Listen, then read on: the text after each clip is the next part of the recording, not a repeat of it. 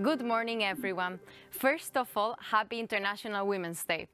I am Berta Herrero. I am Senior EU Public Affairs Manager here at Huawei, and I am most happy to welcome you to our flagship International Women's Day event. This year, we will be discussing with very relevant panelists from all areas, from politics, from technology, from innovation, even from agriculture, how can we all best support equality in the digital era? And actually, what do we all have to do to unleash the power of female talent for a stronger and more resilient Europe? We have two panels today, but before we move on to our first panel, I would like you to hear from a woman that I would say has laid down the foundations for all of us to follow, the instructions, the guidelines, even the inspiration for the actions that we can all take to close the gender gap in the digital era. She's a member of the European Parliament. She's from Portugal, and she will actually be joining us from Lisbon. Together with all of us today is Maria da Graça Carvalho. Ms. Carvalho, thank you very much for being with us today. Hello. Hello, good morning. It's an honor to be here today with you and to discuss the digital and technology inclusion of women. It's a fantastic way to celebrate the International Women's Day. I couldn't think about a better way to do it. So congratulations to Huawei for the initiative and thank you very much for the invitation. And thanks again for your kind words. You're very kind to myself and to my work. Actually, the debate on the digital inclusion of women has gained a new dimension in the recent months due to the prominence that of technology and digital in particular is playing in our day-to-day life. We need to make sure that we remove the obstacles for women participation in the digital economy. We cannot afford that digital is becoming a new way of discrimination. So we need to act because the figures and the numbers of the women participation in the digital economy, the digital society are worrying. We have in Europe only 18% of the professionals that work in ICT, or as I said, only 18% are women. And we are not seeing an improvement in that situation as when we look at the students in Europe that are studying ICT related matters, we only have 17% are girls. And if based on a recent report that has done inquire to young girls between 6 and 10 years old, less than 3% have said that they would like to work in ICT when they are out grown up. So these facts are very worrying. So we decided in the European Parliament to address this question. Was an initiative from myself, an initiative report that is addressing the gender digital gap. And in this report, we have looked first in very detail to the figures, to the statistics in a very detailed way. Second, we have tried to understand the causes, why is the reason that women are not present in the digital economy. And third, we have issued a set of recommendations, both for the European Commission, to the European institutions, to the member states, and to the society at general. And when we say society, to companies like your company, but also to the media, to the audiovisual world, to families, to people in general, because we all have a role to play, to the professors and the teachers in schools.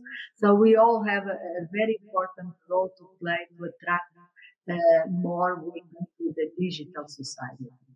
And why it's important to bring women to digital society is a question of rights and fairness, because we cannot have another kind of discrimination that will come up with the old discrimination that we still have and we are fighting, but we still have discrimination. So we cannot add the digital discrimination. And the digital competence and skills is going to be as important. It's already nowadays as important for our life as reading and writing in the last century. So if we don't know how to read and write, you are excluded. So you cannot be excluded from the digital society. It's important that we are not excluded. And we know that the digitally will be very important to fight this digital gender gap, also for the pay gap and to the pension gap. We know that more than 90%, 90% of the jobs are going to require digital competences in the near future. So women have to have access to these jobs. Actually, they are the best paid jobs. So we cannot afford that women are not have access to these jobs and well-paid jobs. But there is also an economic reason. We cannot also afford to not to make use of this potential of brightness and innovation and creativity that represents more than half of the population for an area, the digital, that is crucial for the economical development of Europe. So for all these reasons, we need to act. When we look at the phenomena that occurs, we have two kinds of questions that we have to address. First, we have less girls choosing the path of the ICT. So they choose less to work and to study in ICT. Second, the ones that choose, that are already reduced in number, they abandon more their careers and their student paths in the ICT than the other areas. So the leaky pipeline phenomenon, that is a name that we give this abundance through the career, is more prominent in women that are in the ICT area than in other engineer areas. So we need really to address these two phenomena, the entrance and to avoid that women, after entering these ICT studies and career, that they change to another subject or they just abandon and don't work anymore. So for the recommendations to address all these, we have recommendations for education, very strong emphasis on education, that we have evidence from a lot of research studies that shows that we need to act as early as possible. Girls and boys decide not the detailed area that they want to do in the future, but the overall area that they want to develop their studies and their career very early in their age, usually very early, about between 6 and 11, 12, they start developing the taste for certain areas, for more health-orientated careers, more technological, more social issues. So we really need to act very early. So the family and the teachers at very early stage are very important to make sure that we don't have stereotypes that make girls not to like ICT. Women and young girls need to like ICT. There is this idea of a nerd that is a young boy that is always focusing games and always playing with the computer, that girls do not like. We need really to break this stereotype and to make sure that girls also like the ICT, they play with ICT, they start developing these tastes from very early age. Second, we have to adapt all the degrees, all the studies in order to include the ICT in a manner that is attractive in general, because we need more engineers and specialists in digital, men and women, but paying attention that women are also attracted to these areas. Second, we have several very detailed recommendations for the education. After we have recommendations for the employment. In the employment, and one of the reasons that women abandon is related with there is no critical mass, so they don't feel at ease at their work environment. They find it difficult to get up in their careers to get important places in the digital world. And if we look at we have analyzed these numbers, you have the few percentage of women that are in ICT companies. Most of them are not in very high positions. So we need to make sure that women could develop their careers in ICT, that they are well appreciated, that the companies realize that the women are different. Sometimes they lack some confidence in the interviews, in exposing themselves to risk, but they are very professional, very well trained. So there are many recommendations for companies like yours to make sure that women can have a smooth career in the ICT, that they don't abandon and they can arrive to posts of importance and of leadership. We also have many recommendations for society. Actual media is very important, audiovisual, from the news to the fiction. We need to show role models. The importance of role models is crucial, that women identify with other women that are successful in careers in ICT, that they like the identification is very, very important. So actions like you are doing today is super important, that arrives to young girls, to women, that they show a lot of other women that are already in the ICT area, and this identification is very important. So this is it in summary, our recommendations. We have to finalize. We have also some recommendations to the funding authorities, starting with the European Commission, but also in the member states, that we really look at the proposals, and we include as a criteria the presence of women teams that apply for funding, being research funding, entrepreneurship funding. That this should be a positive evaluation, a positive element in the evaluation of the proposals. I'm myself a rapporteur of several reports in this area on technology and digital. For example, the EIT, the European Institute of Technology, and we have included that as a criteria when we have equal scores in the excellence of the proposal.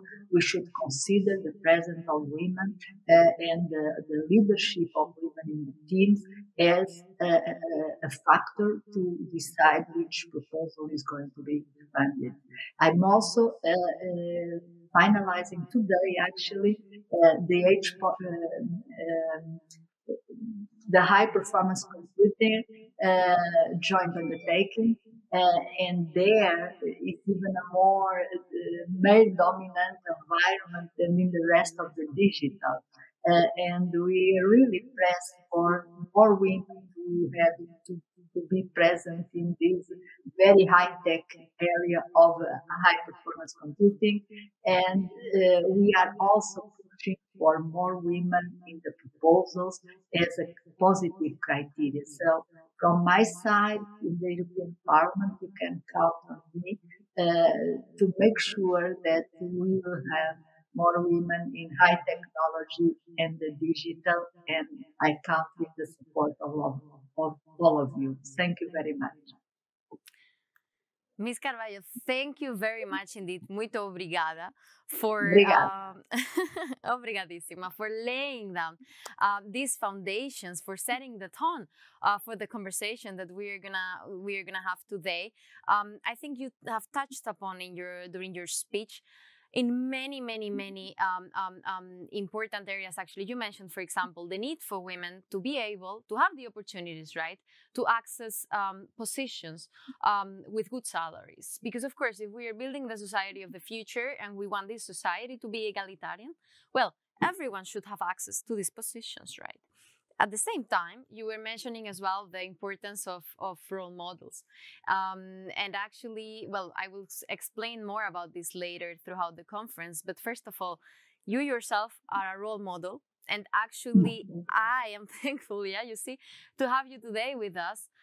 Because the fact that girls who will be sitting now in class or in this case in homeschooling, right, at their houses and together with teachers, and if they are watching this conference, they can say, okay, actually, we feel supported. You know, we feel encouraged to study mathematics or engineering or whatever else when they grow up. And just before I give you the floor for last time, I also want to say, taking the opportunity that you're actually now in Portugal. To actually, I just remember that I myself was there not so long ago, fortunately, because you have one of the most beautiful countries in Europe, if not the most beautiful one. And well, we have a fantastic team there, and actually a team full of bright young minds. And female engineers as well. I particularly remember Carolina Lopes and Beatriz Durao. They're only like 25 years old, right? And they are already working. Beatriz is working in the green transition. So basically using digital technologies to enable Portugal, to help Portugal transit to a more sustainable world.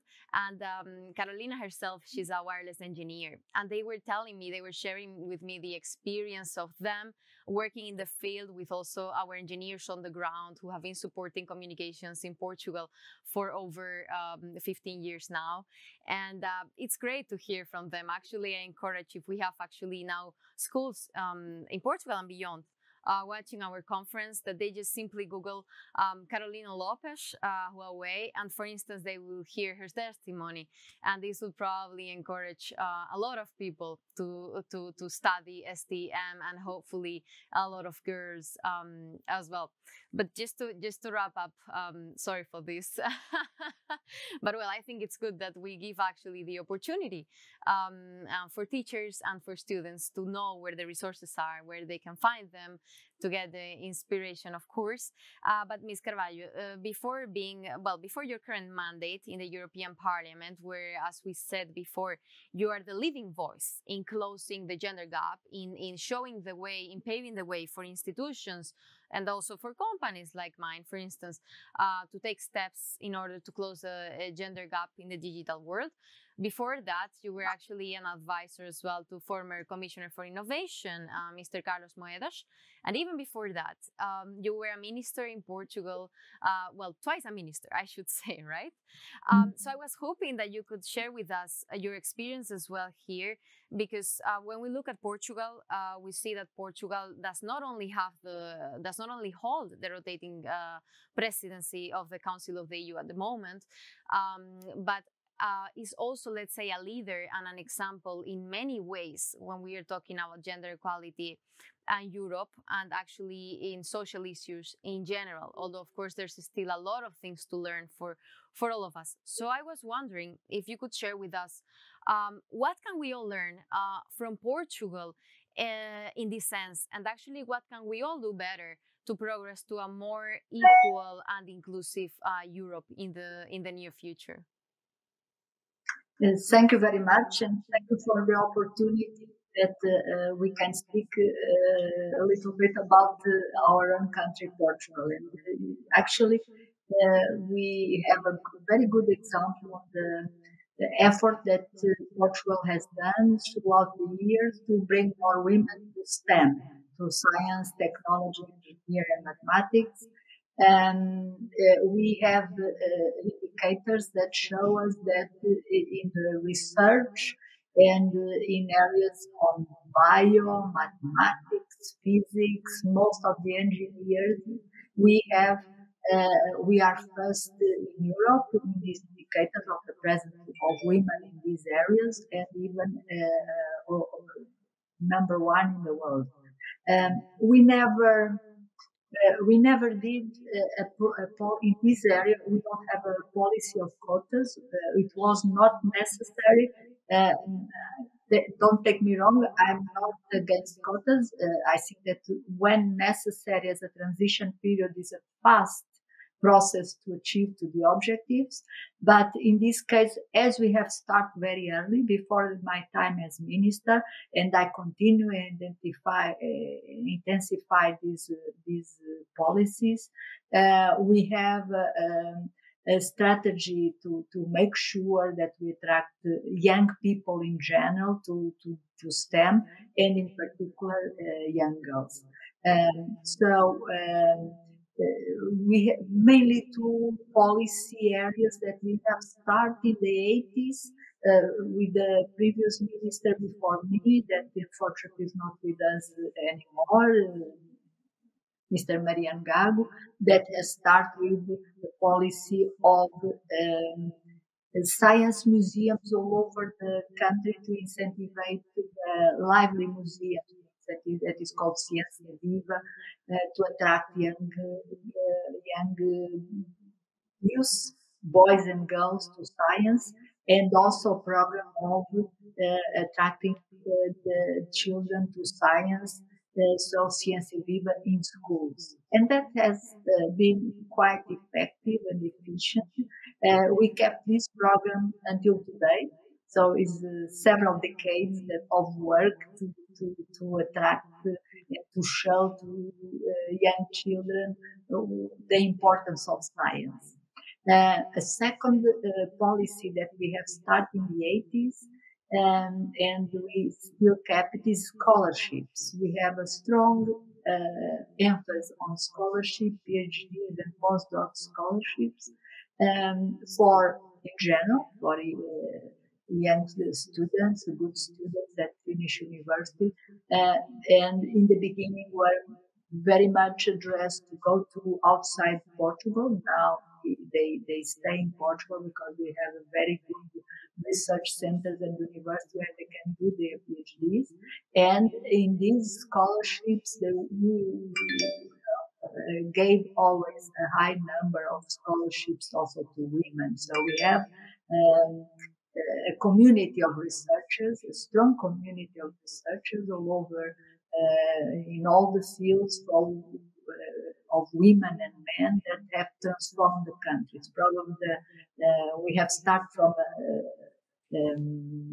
after the dictatorship, we have started from a low level of preparedness in science. So we need really to invest in the resources and skills, and we have done a big effort and a continuous, sustainable along the years, and that is the secret. I have to confess that we have been more successful in the areas of bio and physics than we have in ICT.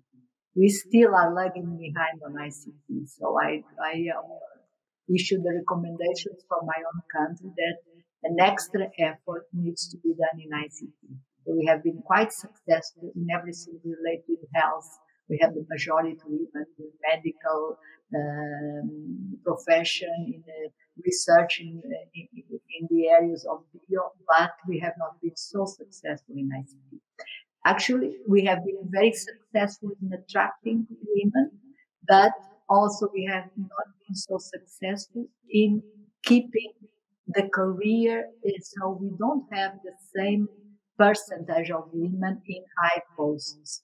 It's increasing, it's getting better, but we really need to make sure that we do an effort to improve the career development of women in the technology areas, in the STEM areas, and in ICT. So we have better indicators in the early stage than in the top career. So it's still a lot of work to do in Portugal. Actually, we are much better than in this area than other countries, but we still have to continue this effort. Thank you very much, Ms. Carvalho. That was really inspiring. I believe that we can all learn from each other in this big family that is called the European Union. And certainly, we can mostly learn from countries like Portugal, who, as you said, have been very successful, and you have explained in which fields they have been very successful. And actually, we can maybe learn from others in fields where we still need to do a little bit more. We still need to take up some more efforts. So thank you very much for sharing your views with us, as well for being very objective, being critical where needed, because of course it's only through being very open that we can actually achieve progress as a whole. And happy International Women's Day again. Muito obrigada. Muito obrigada. Happy International Women's Day. Goodbye. Bye.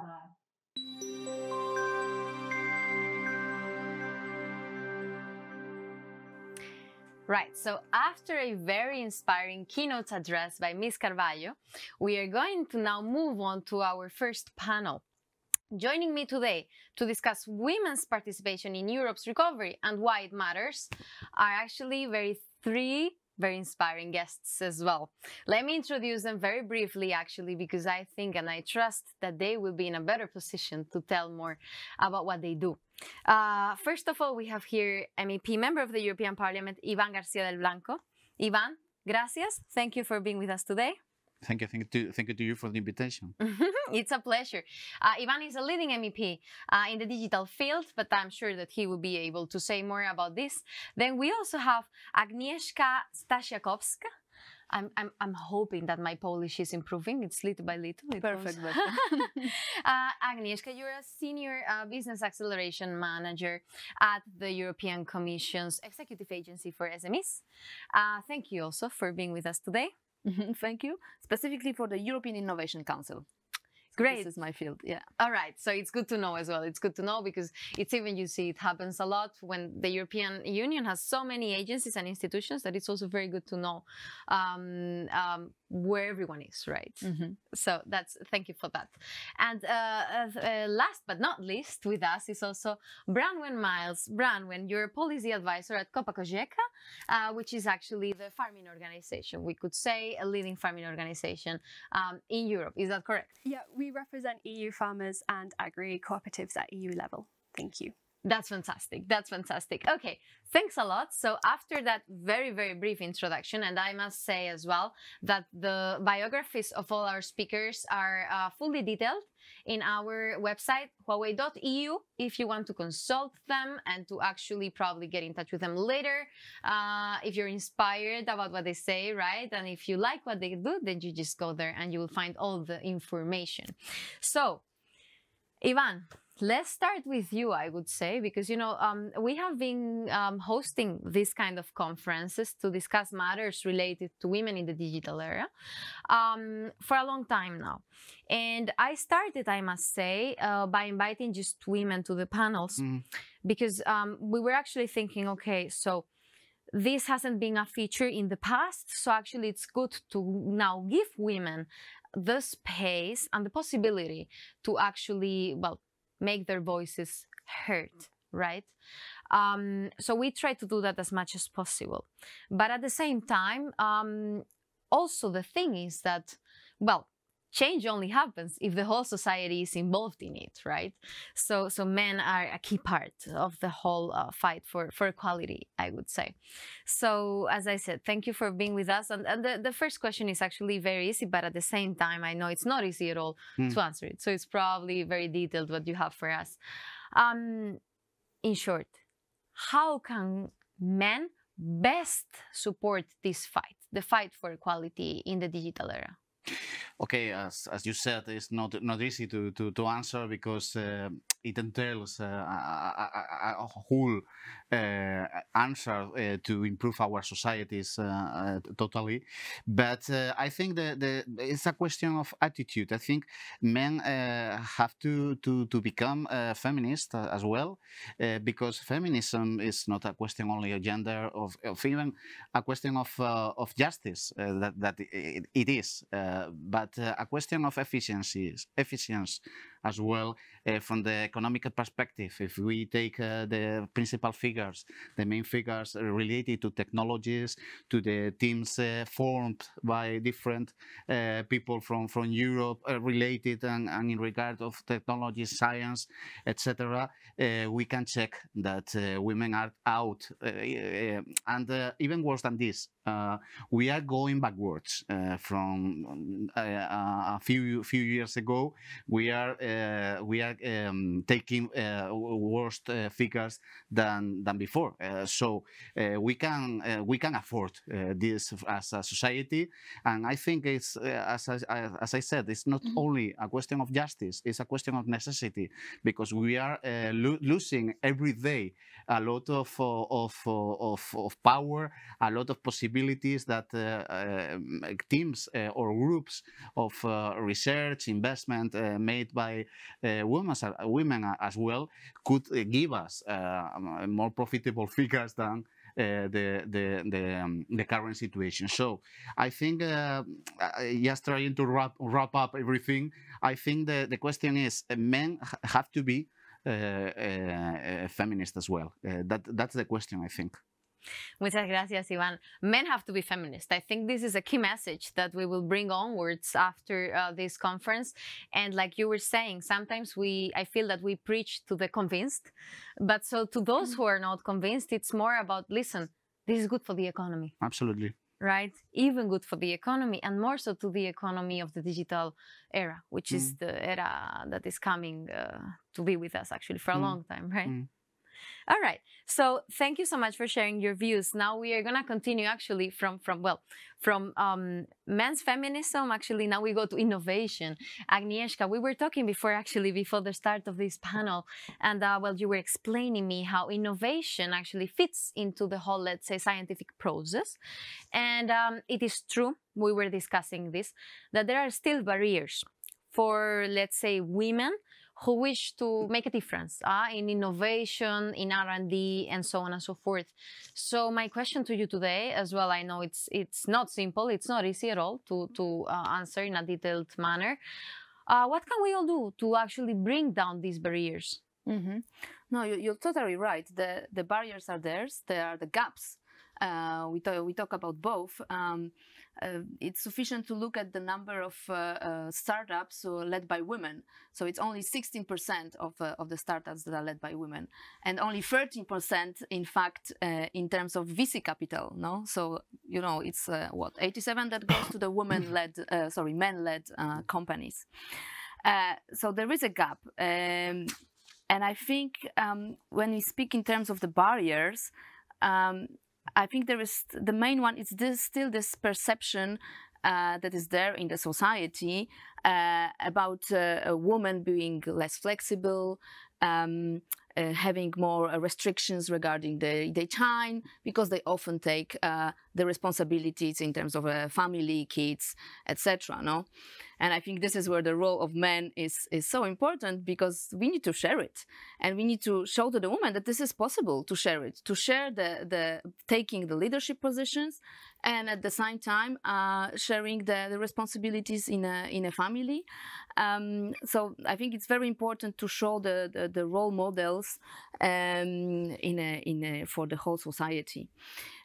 So yeah, we need more women in governing boards of the companies. We need more women in science, in academia. And then we already, let's say, starting this in the organization where I work, so European Innovation Council. What we actually do, we provide funding to innovative companies, startups. So since 2014, we have financed already 5,500 companies, so a lot. And we noticed one problem, no? As of October 2019, we started to give also equity funding to the companies. And then we realized, okay, but there's only 7% that are women-led companies. So we need to do something about it. And what we started with is, okay, we don't want to put like hardcore quota because like the program is quality, it's about merit based, no? So this is the same thing. But let's say, okay, we have an intermediary step where we actually invite the best companies, the best judged proposals to come to Brussels and pitch in front of a jury members, no? And what we said, okay, let's have 25% of those invited there being women-led companies. And what we achieved with this 25% is that at the next funding round, we actually had among the funded companies 34%. So we went from 7 to 34 just by adjusting a little bit, you know, giving a little push and saying, okay, let's make an effort and let's invite more women to this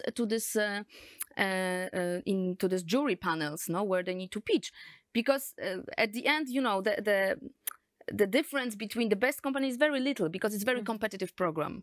So the difference is very little. So we just make a little push, having more women pitching, and it worked.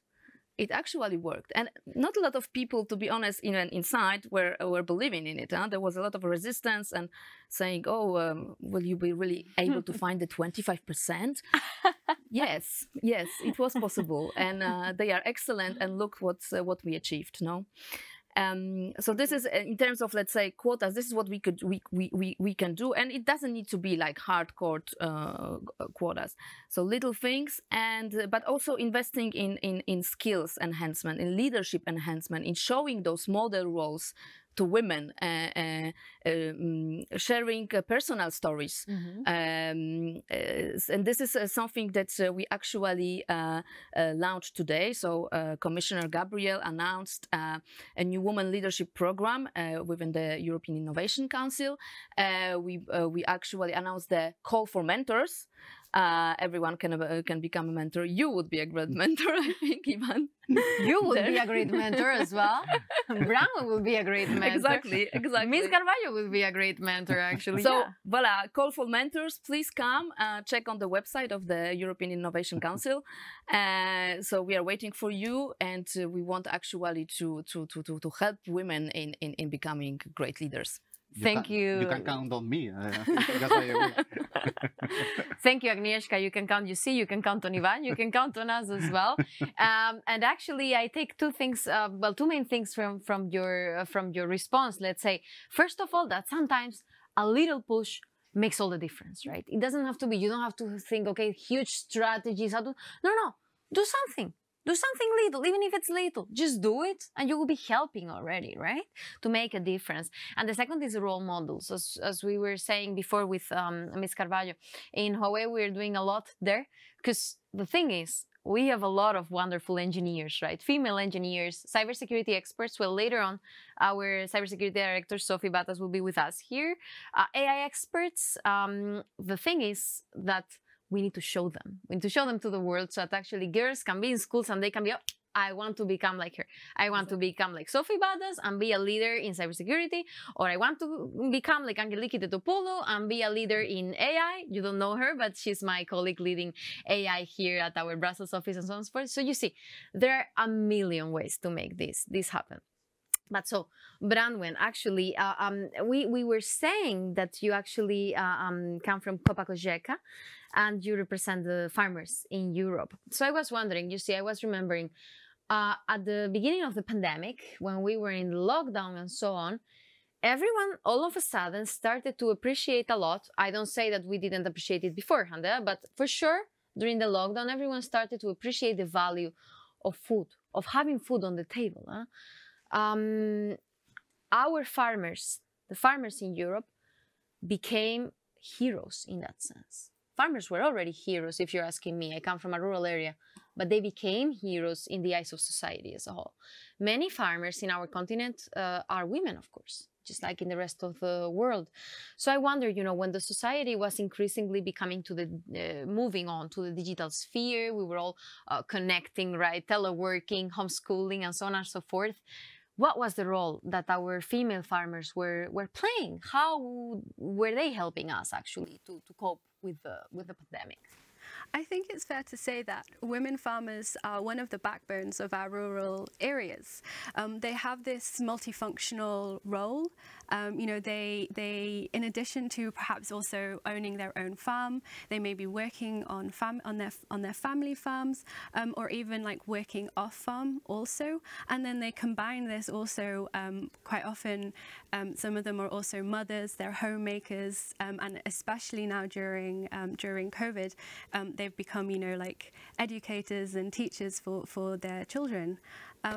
So just to give you some figures, around 30% of farms managed in the EU are women. And this really varies between member states within Europe.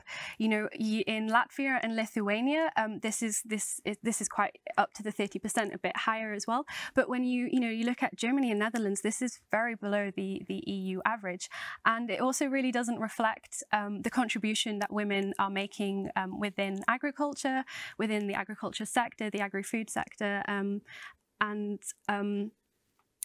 it's really important that, you know, we provide women with the support, and also with the toolbox, the right toolbox that's kind of like adapted to their needs. And I'm really fortunate at Kopa Kojeka that one of my roles is to coordinate the Women's Committee. Oh, wow. And we represent at EU level women in agriculture, women working in the sector, whether they be farmers, rural entrepreneurs, agri-cooperatives, or family members.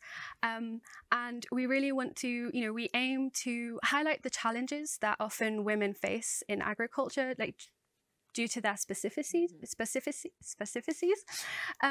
but also to really highlight and showcase what their, you know, the innovation and the innovative solutions that they are also bringing to European agriculture, and perhaps I can mention the project. Oh, you want to mention of course. Okay. Well, actually, I already know what you're going to talk about, and I consider myself to be quite fortunate. So please share it with our audience as well.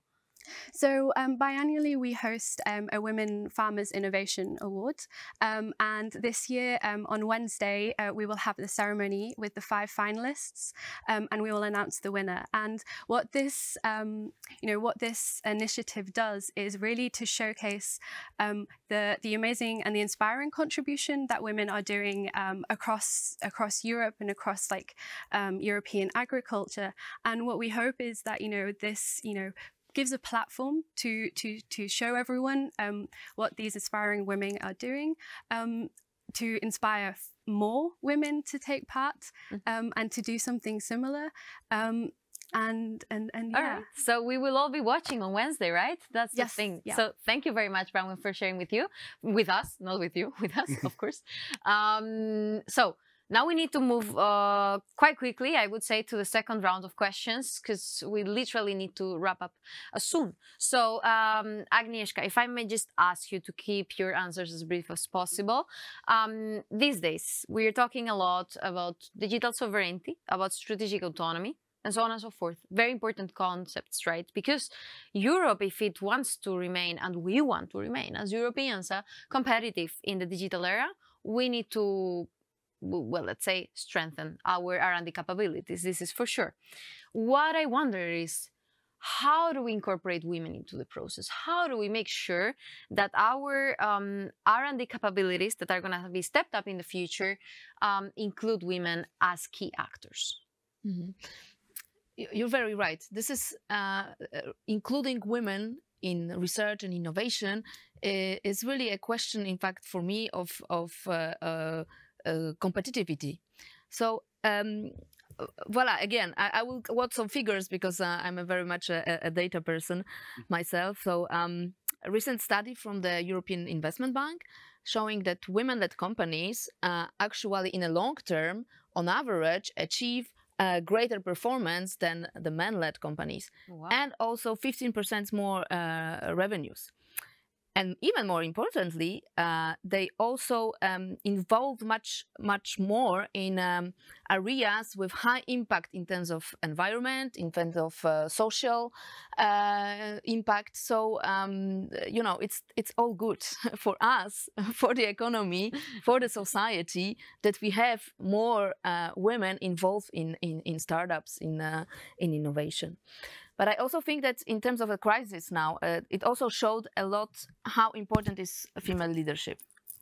Another figure. According to Harvard Business Review, I don't know whether you see this. It's very interesting study showing that actually in the countries with the women leadership, it actually observed 6 times less casualties caused by COVID than in the countries with men leadership.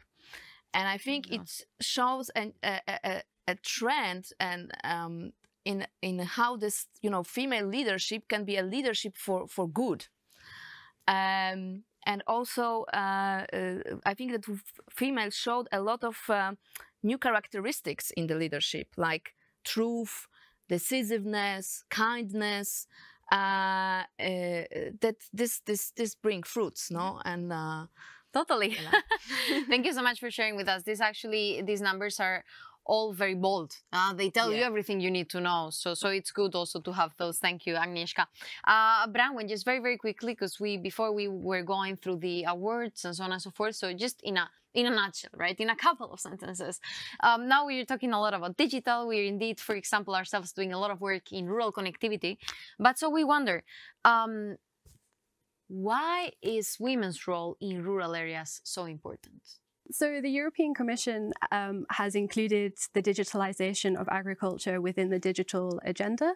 And, you know, you've got various different digital technologies and like combined, you know, like smart agriculture, example being like precision farming, management tools and like drones. And these digital tools have the ability to revolutionize agriculture, the agricultural sector, to help farmers and to assist farmers in becoming more sustainable, more efficient. And what we also believe is that this can also be an avenue of economic empowerment for women, because there's still this untapped potential that women farmers that we need to like support, and we need to, you know, we need to really advocate and give them the opportunity to reach this potential. And, you know, we want to ensure that this happens, and that, you know, mixed with all the other like agricultural policy, digital policy, and also like skills and training in digital literacy, so that we really can provide women with these with the right tools, right? Yeah, with the right opportunities tools as well. Yeah. We used to say, well, we actually say on a daily basis, almost just like you're saying now, it's like our rural areas in Europe are full of, let's say, hidden champions, right? We just need to provide the opportunities for these talents to shine. And many of them are female talents. So it's perfect. All right. Thank you so much. You. So, Ivan, let's wrap up if you so wish. No pressure. You just have 4 minutes. No pressure at all. The question, of course, is going to be very easy, as always. Okay. So on top of everything else, you're one of the leading voices in the European Parliament in AI. If I may say, you're the leading voice in AI ethics, let's say. It concerns us all, artificial intelligence, of course, because it's not only, well, it's not only going to be a feature of the tomorrow, of the future, it's already with us, right? AI, almost every day, without knowing, we use artificial intelligence. Mm-hmm. So artificial intelligence in the end is made up by humans. It's humans behind the technology.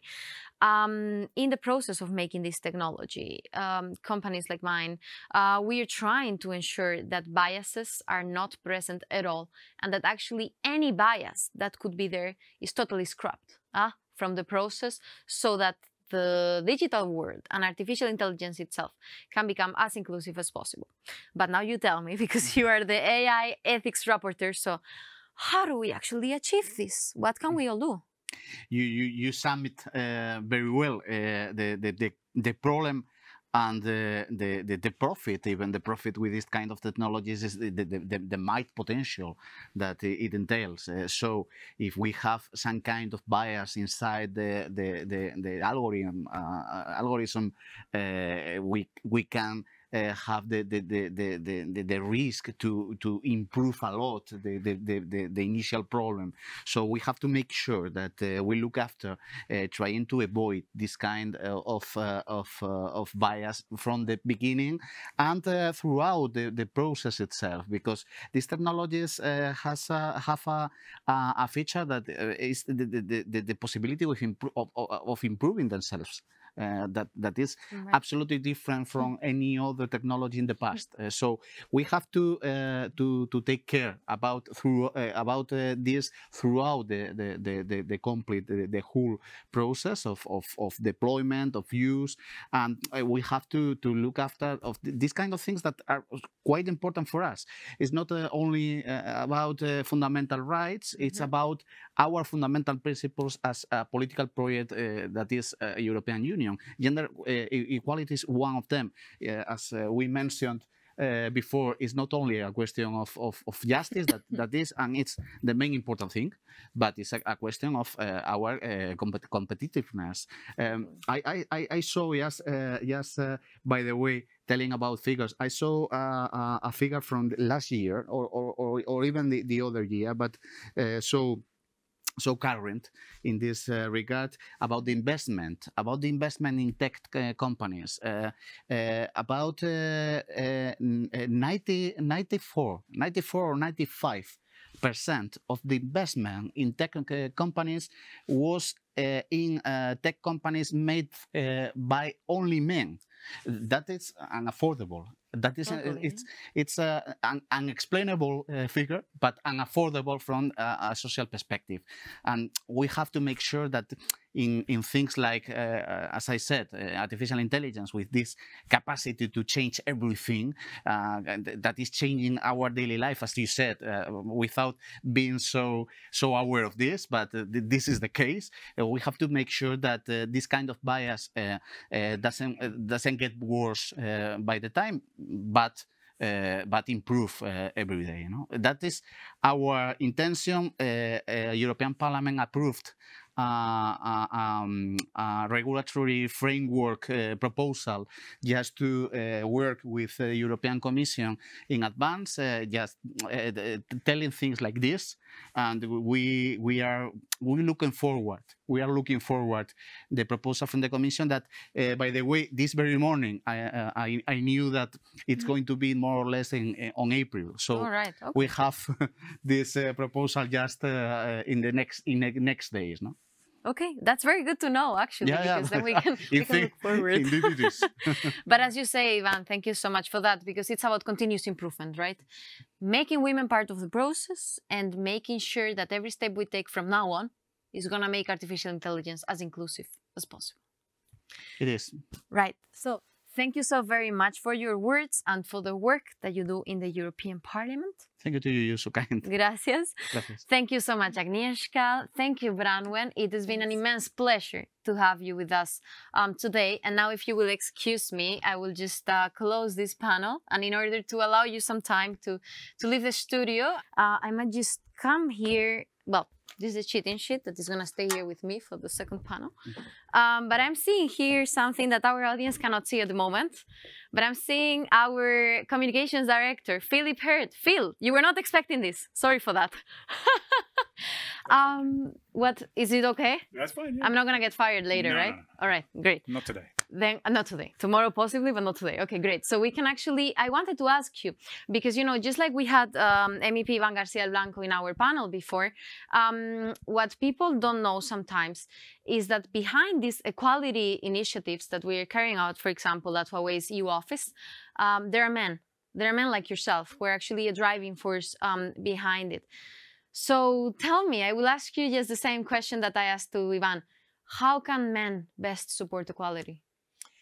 Well, you're asking me to give a better answer than Ivan. I'm not sure I'll be able to do that, but I think it touches on what he was saying as well, which is one of the most important things is that men are part of the conversation, I think, right? So if men don't know the barriers or the problems that women are facing in workplaces, then how can they support that? How can they champion their causes? And it's a fact still, of course, that in most big companies around the world and in many boardrooms or many positions of power, it's still men who are making the decisions. So if they're not there championing women's causes, then women's voices aren't being heard. And the ideal situation, of course, is that you also have men, because of their knowledge of the problems that women are facing in terms of access or staying in careers, that they, once they're aware of that, they can take actions, tangible actions, to mentor women, to give women opportunities in the workplace, to promote women into positions of leadership, and to encourage women's voices to be heard.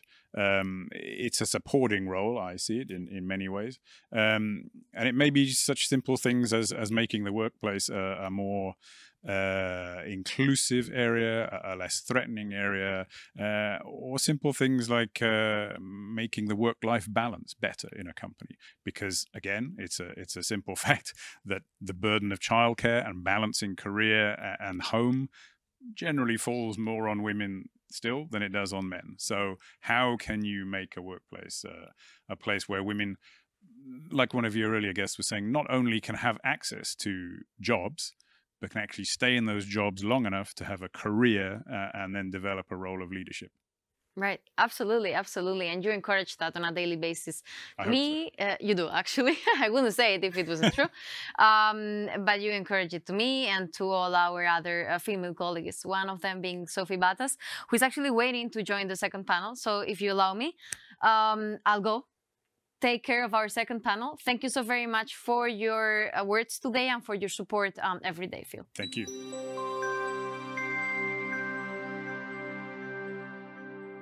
All right, and now we get into my favorite part, which is an all-female panel on cybersecurity. How cool is that, huh?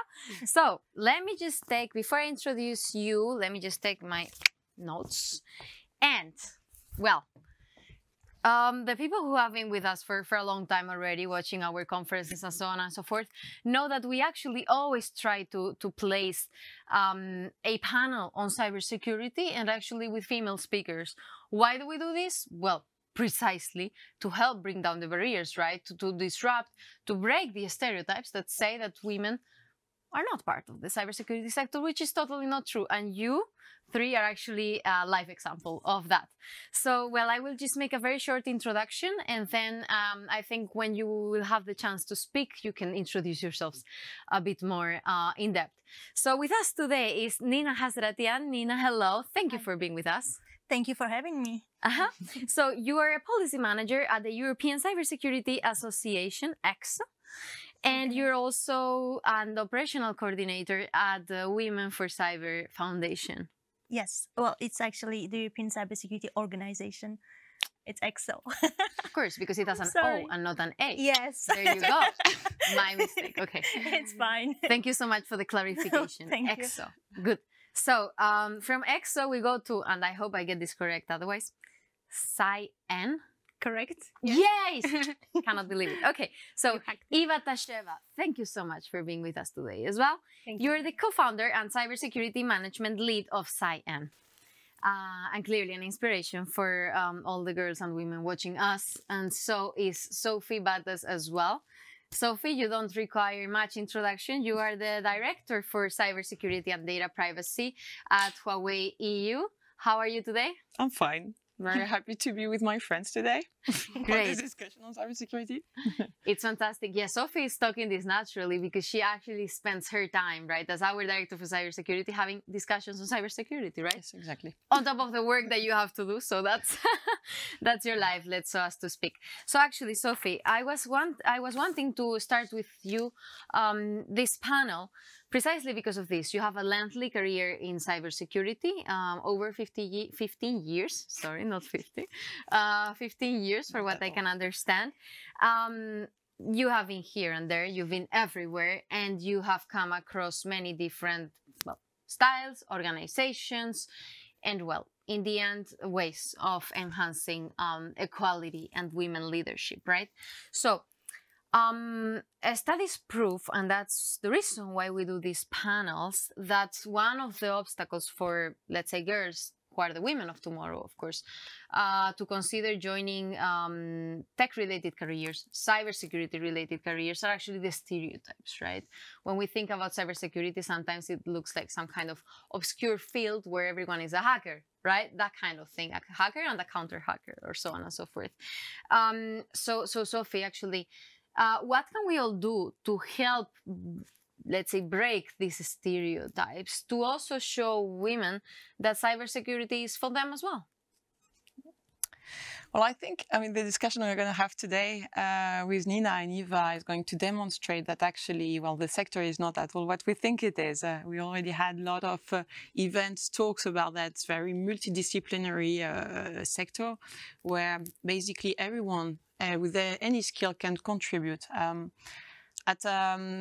At a different level, at the top level, I think it requires a very holistic approach, typical to cybersecurity, taking into account risks that are operational, technical, applied to specific sector with specific requirements on those sectors. So it requires very various types of profile and people to contribute to the security of the environment and the ecosystem. And those career calls for, I think, very specific skills, I would say, like, for instance, caring for people, being able to communicate in a precise way, swiftly, negotiation skills, a broad understanding of the situation, ability to react quickly. And I think all those skills are naturally embedded in the DNA of women. And that's why we have a growing number of women in cybersecurity. I'm also experiencing it within Huawei, and it's a pleasure, I think, to work hand in hand with other women and with men, because obviously, we're still in a hard technical environment where obviously most of the engineers are still men. But I think there is a very good opportunity in the sector for women to grow, to demonstrate their skills, to use their skills, their natural skills, and to really change our overall approach in silo. Right. Thank you so much for sharing that, because sometimes it's just, the opportunities are there, we just don't know that they exist, right? And of course, you cannot become what you don't know exists. And that takes me actually to my second question to Nina, which is like, very simply, why are role models so important? Why is it so important to show girls that these role models exist in a field such as cybersecurity, that female leaders such as all of you exist in the cybersecurity field, in order for them to think, okay, this is for me as well? It's an excellent question. I would say that the primary reason would be to show the different jobs that exist out there in cybersecurity, the scope, the big range of positions that exist. When I was in high school, cybersecurity, never heard of it. Honestly, you would think, I'll go like for finance, I go for doctor, whatever, the traditional ones. But cybersecurity is this fresh field, and it offers, and it's still a limbo somehow in the minds of people, because as you mentioned, and as Sophie mentioned, many people think that cybersecurity is about hard skills, hard technical skills, but soft skills are as important. And for example, like just saying it, if you don't know how you can apply cybersecurity, because cybersecurity is very horizontal. It applies to every single other field that exists out there. As long as you have employees using a mobile device, you're good, like you're concerned by cybersecurity. Just like, yeah, so to say as an example, for example, if you consider the implications of a cyber attack or the value of having a cybersecurity policy implemented in your company, these are already cybersecurity related topics that you will use in, for example, I don't know, telling your boards or your companies on how to invest, or about the market opportunities. It's very important. So, and this is where the soft skills that are so important come in mind and come in handy, in the sense that communication, negotiation, as you said, are like very important. Now, and yeah, and women have a tendency to be more attracted to the soft skills as well. So there is this this part that's quite interesting as well. Now, the value of having role models, both men and women, is about showing the young people about the opportunities that exist out there, especially when it comes to cybersecurity, about the possibilities, about the career choices. And I would say that having female role models would be an extra bonus for young girls to show them that if they choose this career path, that there is a community behind there and they will not be alone. And this is also the reason why Women for Cyber is currently working on publishing a book that will showcase more than 100 cybersecurity women working in Europe. Yes. Wow, yes, congratulations for Thank that. you. Great. Great initiative. Yeah, and we hope that these role models will inspire the young generations and show them a pool of possibilities. Yeah, totally. We always say that with this we want to inspire the next generation of women to join the tech sector, and not only also the cyber sector, and to indeed make a difference in the digital world. So thank you very much, Nina, for sharing. And actually you said something that takes me to the next question to Eva, which is like cybersecurity is very horizontal, right? It touches upon every single field, basically, without knowing, without realizing. Every day we come into contact with cybersecurity one way or another. And that's the point, that we don't realize, because then that means that everything is working properly, that our data, for instance, is protected, and so on and so forth. And I'm sure that Sophie can elaborate on that a bit later. But so Eva, well, actually, you are a leading woman in cybersecurity, but my understanding is that you didn't start your career in the cybersecurity field, probably in a totally different field, or not so different, you will tell us. But from your experience, what would be your advice for women seeking a career change, and even actually for women considering joining the cybersecurity sector? Yes, very good question and observation, Berta. I join here Sophie and Nina to say that cybersecurity is just another layer of our economy, of our society, and we need the different perspectives to be able to get it right. And indeed, so I started my cybersecurity career in 2015 in a think tank. So this was a little bit of the research policy area where I thought there's a gap. But my previous experience in industry, in business, as well as in the European institutions, helped me much quicker grasp, okay, what is the area in this huge cybersecurity field that I would be interested in, be able to contribute to. It was mentioned, you have the legal, you have policy, you have implementation. And so the advice indeed is to gather as much as possible experience you have, and don't be intimidated if you come. Like me, my first work experience were in a travel agency, in a construction company. Oh, wow. You know, so very different fields. But once you get this knowledge of the sectors of the industry and a little bit of law, of course, you could really quickly grasp the cybersecurity and apply it to the different field, and especially if you work in a sector that is not tech, please do come to the sector in cybersecurity, because we need you. Not only we lack experts and workforce or women force in Europe in this field, but we also lack this understanding of the business drive. We lack this understanding of what is the business objective and what are users thinking about the cybersecurity solutions we develop. So we need this knowledge that comes from the different sectors to be able to solve the biggest cybersecurity challenge people. Yeah.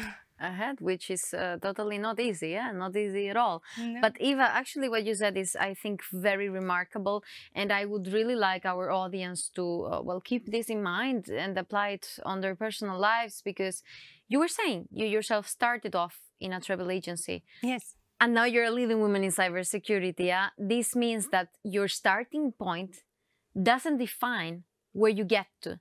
You can basically get wherever you want, and I see all of you nodding because this is so. Then please, our dear audience, keep it in mind. You can basically start anywhere. That if you make efforts and if you try and if you try different things, see what works for you, see what doesn't, seek support whenever needed, and you will get there. Sooner or later, you will get there, and hopefully sooner, right? That's what we're trying to achieve here. And speaking of which, speaking of achieving goals sooner, Nina, let me get back to you. So you were talking about Women for Cyber Foundation, that I invite actually our audience as well to visit, to search in the internet, Women for Cyber. It's a fantastic job that you're doing.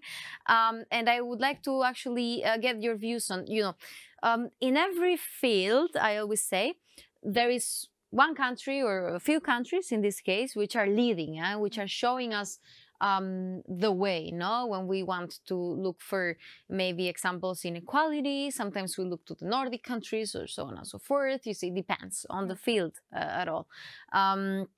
So when it comes to cybersecurity and to trying to close the gender gap in the cybersecurity sector, which countries in the European Union are actually developing the best practices? Do you have any examples in mind that we can learn from?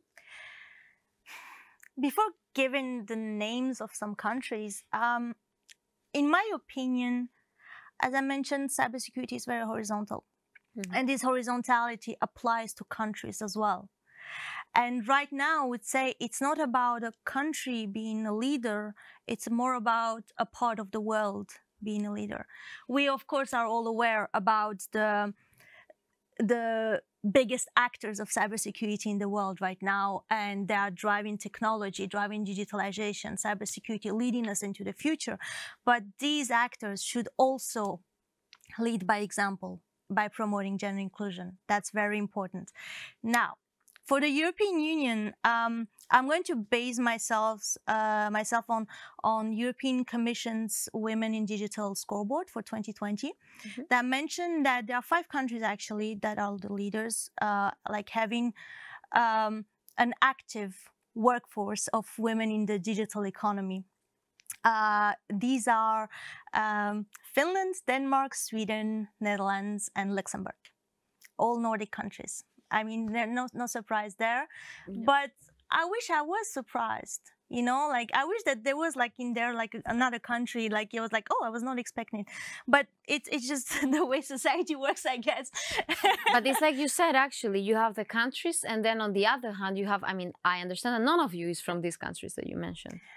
Now it's when you say that you're from Luxembourg. No. Okay, then we're all clear. Then we're all clear. Like, from which country am I?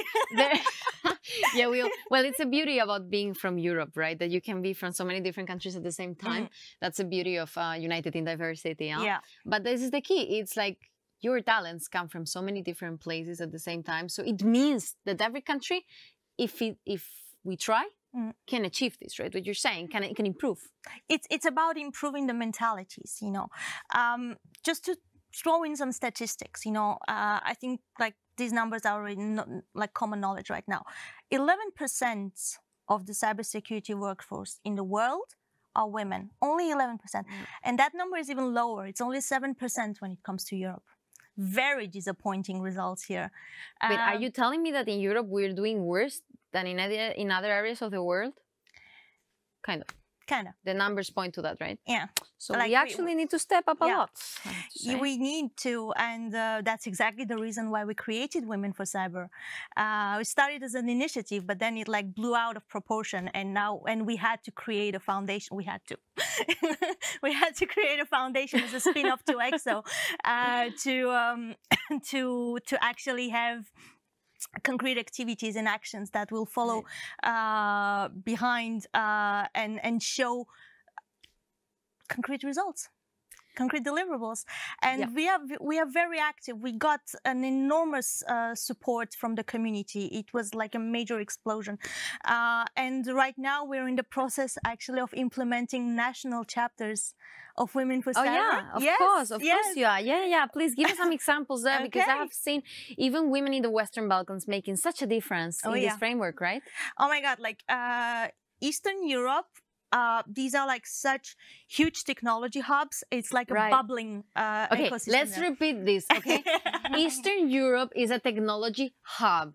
And I want everyone to keep this in mind, okay? Because we need to not only break down stereotypes in cybersecurity or in technology, also in relation to geography. So yes, the truth today is that Eastern Europe is a technology hub. Well, they are working on it. They're like bubbling ideas, as I said, and there are many young minds, talented minds in there, working to create startups, etc. So it's a huge opportunity for driving the innovation as well. But back to Women for Cyber chapters. As I was saying, we currently have 7 operational chapters. All right. 4 of them are already launched and 3 are about to be launched. So I have to tell them.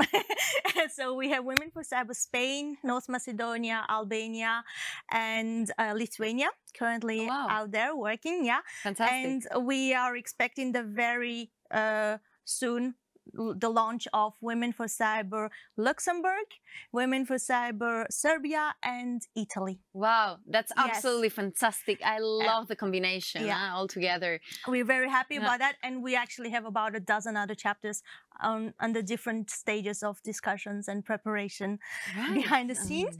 And you know, one fascinating fact is that actually, from the creation, the Women for Cyber popularity has transcended the European borders. We have stakeholders from outside of Europe reaching out to us to create chapters from outside of Europe. How amazing is that? Like, Nina deserves a clap, please, everyone. It's like well done, amazing work, and you know that you're doing something right when your work is transcending borders, right? Yes. So congratulations on that. Thank you. And for everyone, like we said, please visit Women for with a 4. This is like Huawei for Her, which, by the way, is the hashtag for this event. So Huawei for Her, you can see it in the screens. Women for Cyber Foundation. Yes. We will look for it, and then we find a lot more information there. Thank you, Nina. Thank you. So, Eva, we can continue the discussion, I think, talking about something that we have not at all mentioned today, of course, which is inclusion and diversity as well. You see, when we talk, for instance, about AI these days, we do talk a lot. With Ivan, we were doing it before about inclusion, about diversity, about how to eliminate bias, and so on and so forth, right? But I don't feel that this is so much the case when we talk about cybersecurity. You don't normally have a discussion on, okay, inclusion in cybersecurity. This is not in the agenda, I have to say. So I would ask you, is there a need to put it into the agenda? I guess so. And what can we all do actually to make cybersecurity more inclusive, more diverse, and in the end more equal? Yes, this is one of my favorite topics, right? The diversity. And I would start from a little bit of explanation, maybe why we still don't speak so much about inclusion in the cyber field. Is we're still very driven by the military, the defenders, the attackers. You know, this game that is typically more like men driven, and so it's not necessarily immediately associated with inclusion or diversity. It's more about survivor and protection. So in that sense, I think this explains, but it is not necessarily the right approach for me. Why? Because in AI, we often speak about inclusion, diversity, because we understood that data has impact. So if you have diverse data, you have good solutions and good decisions. But we haven't yet understood the impact of cybersecurity on our daily life. And this is something I would invite Huawei as a company, but as well as NGOs, policymakers, to think about.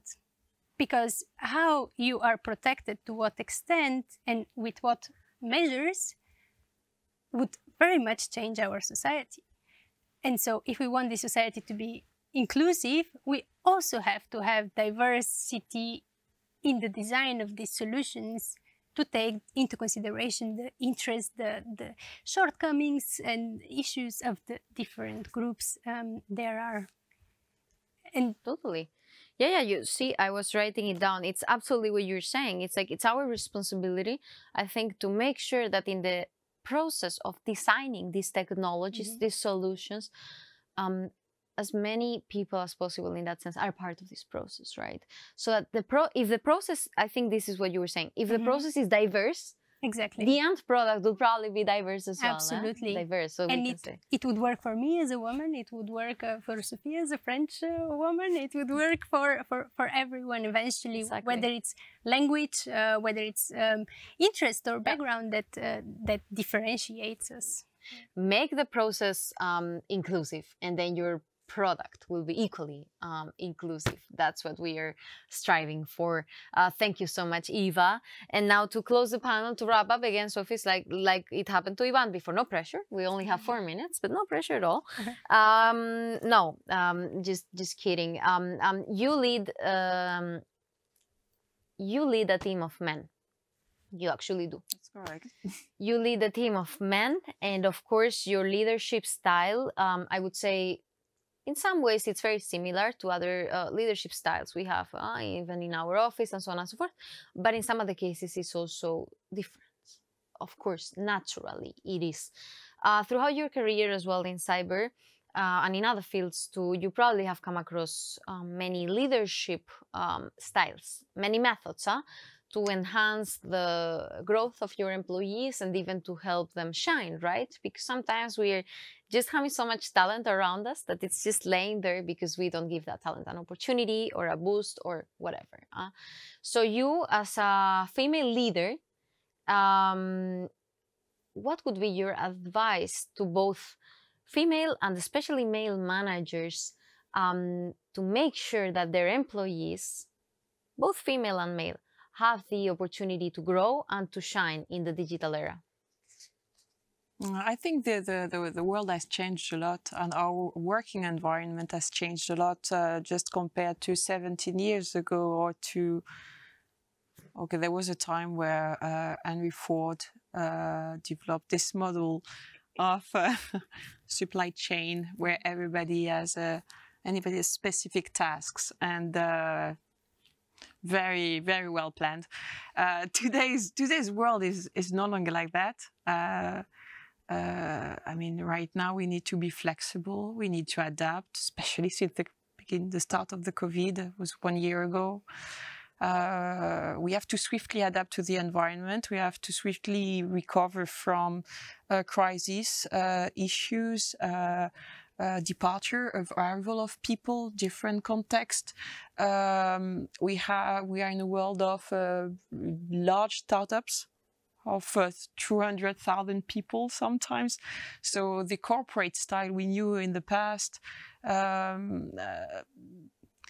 So I would say when it comes to leadership skills, how to make your team grow, ideally, and that's the luck I had. You have an open communication with your manager. Is listening to what you want to do, what you want to achieve, where you want to go, what you would like to develop personally, professionally, for the good of the company, for its growth. And then you can fully be yourself and use those talents and those capacities you have to, help others, And all this is happening in a very positive environment, and where everybody can complement each other, and together we grow. That's the ideal situation. It's not always like that. Unfortunately, it can be. I've had that chance in the past, and also today with my management at Huawei. So I've been really lucky in my entire life, in professional experience.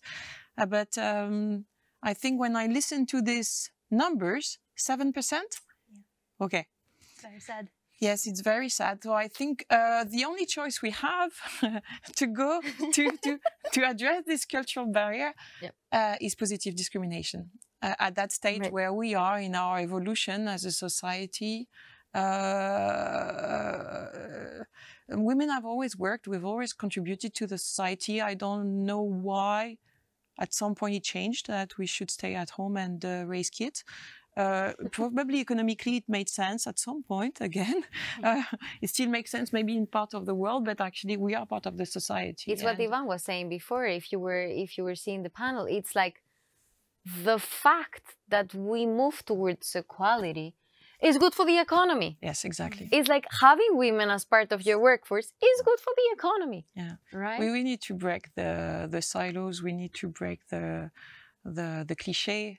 To all rely on our skills, on our talents, bring what we have.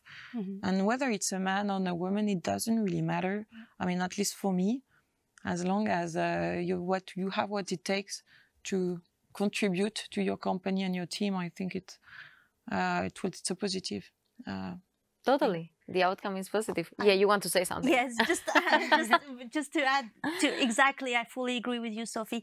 And actually, it's only by working all together, men and women together, that we can make a positive change and really reach not only gender inclusive cybersecurity, but a gender neutral cybersecurity. Which would be the most desirable outcome, right? Exactly, because then you will be judged on your merit and not on your gender. And that's the perfect world. That's the perfect world. That's the perfect world.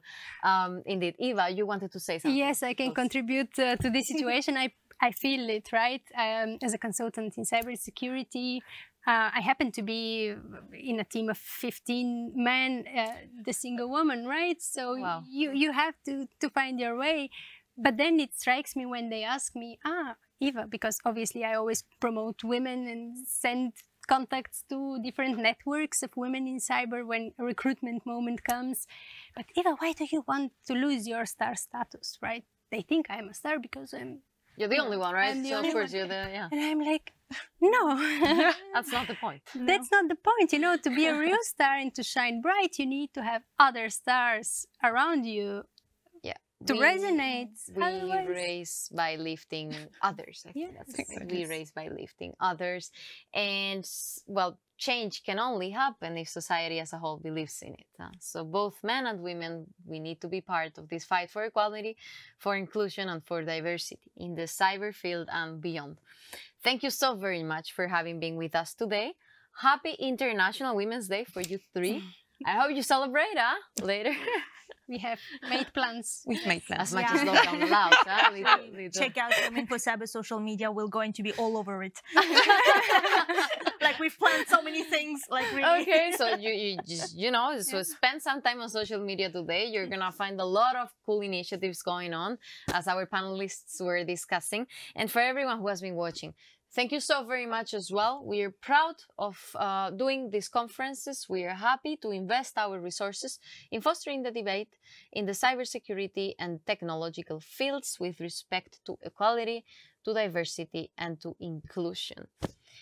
Stay tuned for more initiatives. You can visit our website, huawei.eu. We have a whole section dedicated to women in technology. And well, as you were saying, Nina, we will catch up in the social media as well. Thank you all very much. Thank you. Thank you.